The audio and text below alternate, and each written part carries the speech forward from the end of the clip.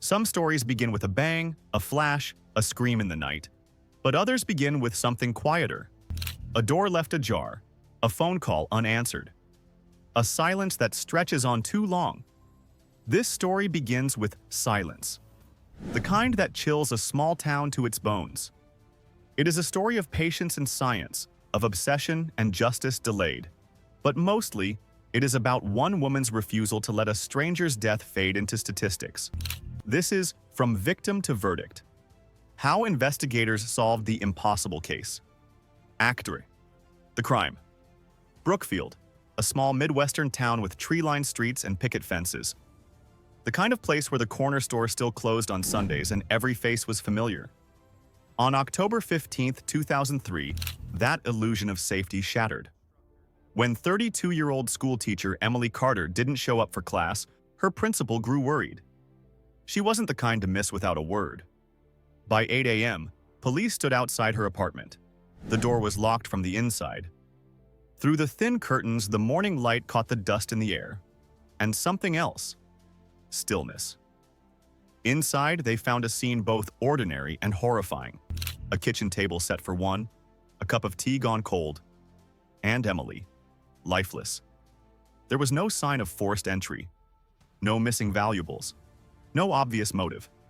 But there was one clue: a single drop of blood on the doorknob.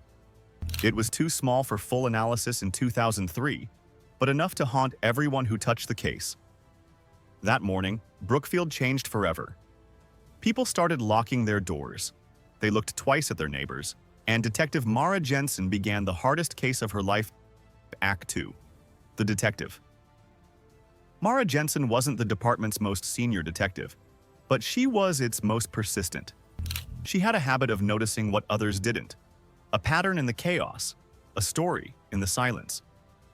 When she walked into Emily's apartment, she didn't see a crime scene. She saw a conversation between victim and killer, frozen in time. The body's position suggested trust, not fear. The open window hinted at comfort, not intrusion. Jensen knew Emily had let her killer in. She worked methodically: phone logs, visitor lists, classroom rosters. The last call was to Emily's sister at 9:22 p.m. A cheerful conversation about weekend plans. Nothing out of place. But at 9:41 p.m., a gas station security camera caught a dark sedan idling 1 block from Emily's apartment. The driver's face hidden. The license plate, 6HR. Jensen logged it, circled it, memorized it. Weeks passed, leads faded. Yet that partial plate number stayed on her monitor for years. A quiet reminder that something was missing. Act 3. The investigation. Jensen canvassed the neighborhood again and again. She knew witnesses often remember more later. The mind is funny that way. A neighbor recalled hearing music that night. Soft jazz, floating through the air. Until it stopped abruptly. Not faded, stopped. Someone had pressed pause. To Jensen, that meant something. Music rarely ends by accident. She retraced Emily's last day. A normal workday, a stop at the grocery store, a short walk home. But one receipt stood out. A call logged to her landlord for a maintenance request. A leaky kitchen pipe. The landlord often used part-time help. Jensen made a list of every handyman who'd ever been paid for repairs in Emily's building. One name repeated: Ryan Moore. No criminal record. Reliable, quiet, a man everyone trusted. The kind who faded into the background. When Jensen visited him, he smiled. Polite, cooperative. Said he'd fixed a pipe there weeks before. He had an alibi. Home alone, watching TV. Nothing solid. But something about him stayed in Jensen's mind. Maybe it was the way he avoided her eyes, or how his story sounded practiced. Rehearsed for years he hadn't yet lived. Act 4. The years of waiting. By 2006, DNA technology had evolved. Jensen requested the sample from the doorknob be retested. This time, the lab returned a partial familial match.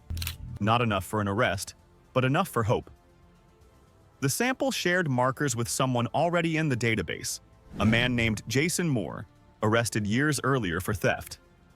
Jason had a cousin, Ryan. The evidence was tantalizing but incomplete.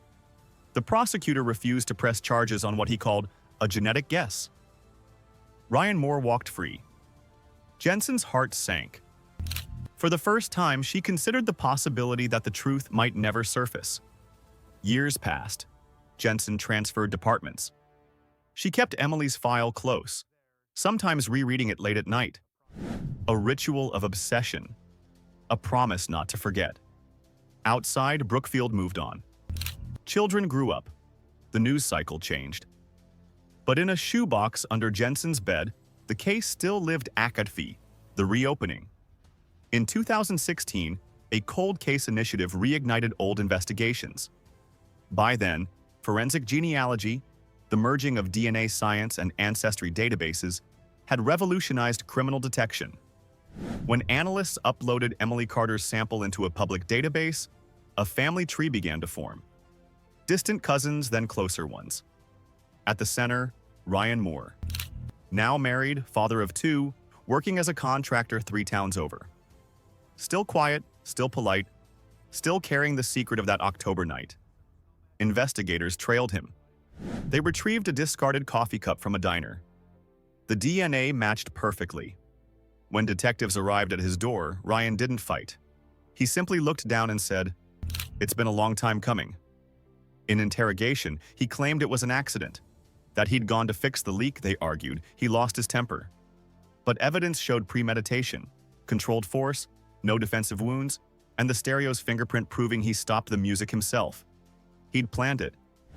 Maybe not days ahead, but in those minutes before rage turned to murder, he made a choice. Act 6.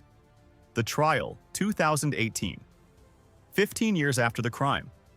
Reporters called it the Maple Street murder. The courthouse filled with cameras, locals, and former students of Emily Carter, now adults seeking closure. The prosecution was meticulous. They pieced together the night like clockwork. The call, the car, the blood, the fingerprint. They showed the jury how science had chased the truth across decades, refusing to die.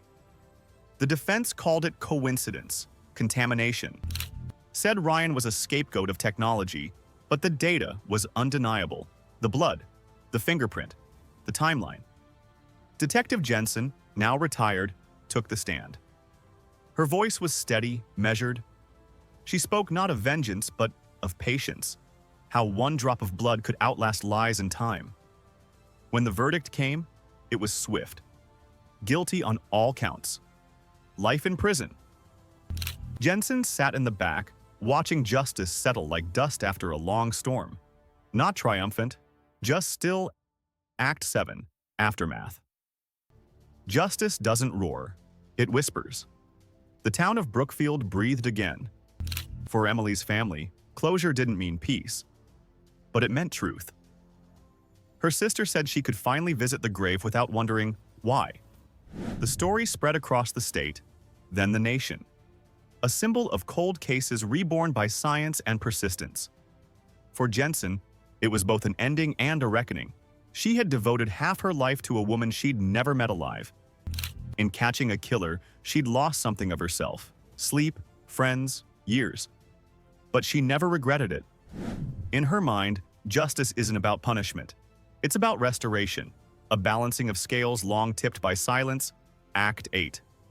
The cost of justice. Every investigator pays a price. For Jensen, the cost was time. Decades spent chasing one ghost. There were nights she'd dream of Emily's apartment, the flicker of a lamp, the hum of music.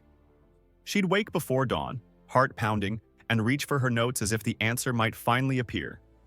But justice is never neat. It leaves scars even on those who serve it. Years later, she'd visit the police archives where Emily's file was stored. She'd run her hand along the box, now stamped closed, and whisper to no one in particular, "We made it." Sometimes she wondered if Ryan Moore ever thought of that night, of the life he took, of the woman who refused to forget him. But in the end, it didn't matter. The system had caught up. Act 9. Legacy. Emily Carter's case became a benchmark. The state's cold case unit expanded funding for genetic genealogy. Universities used it as a model for perseverance in forensic science. New detectives cited Jensen's methods, her patience, her intuition, as reasons they joined the force. In Brookfield, the school where Emily taught built a memorial garden. Her students, now grown, planted flowers there every spring. And somewhere in the archives of the department, under years of dust and files, sat that single sticky note Jensen had kept. The one that read 6HR, a fragment of obsession that, in the end, proved right. From victim to verdict, the journey took 15 years, a testament to persistence, to faith in truth, and to the power of one person refusing to stop. Justice came slowly, quietly, but it came. And that is how the impossible became inevitable. I'm your name, and this has been From Victim to Verdict. How investigators solved the impossible case.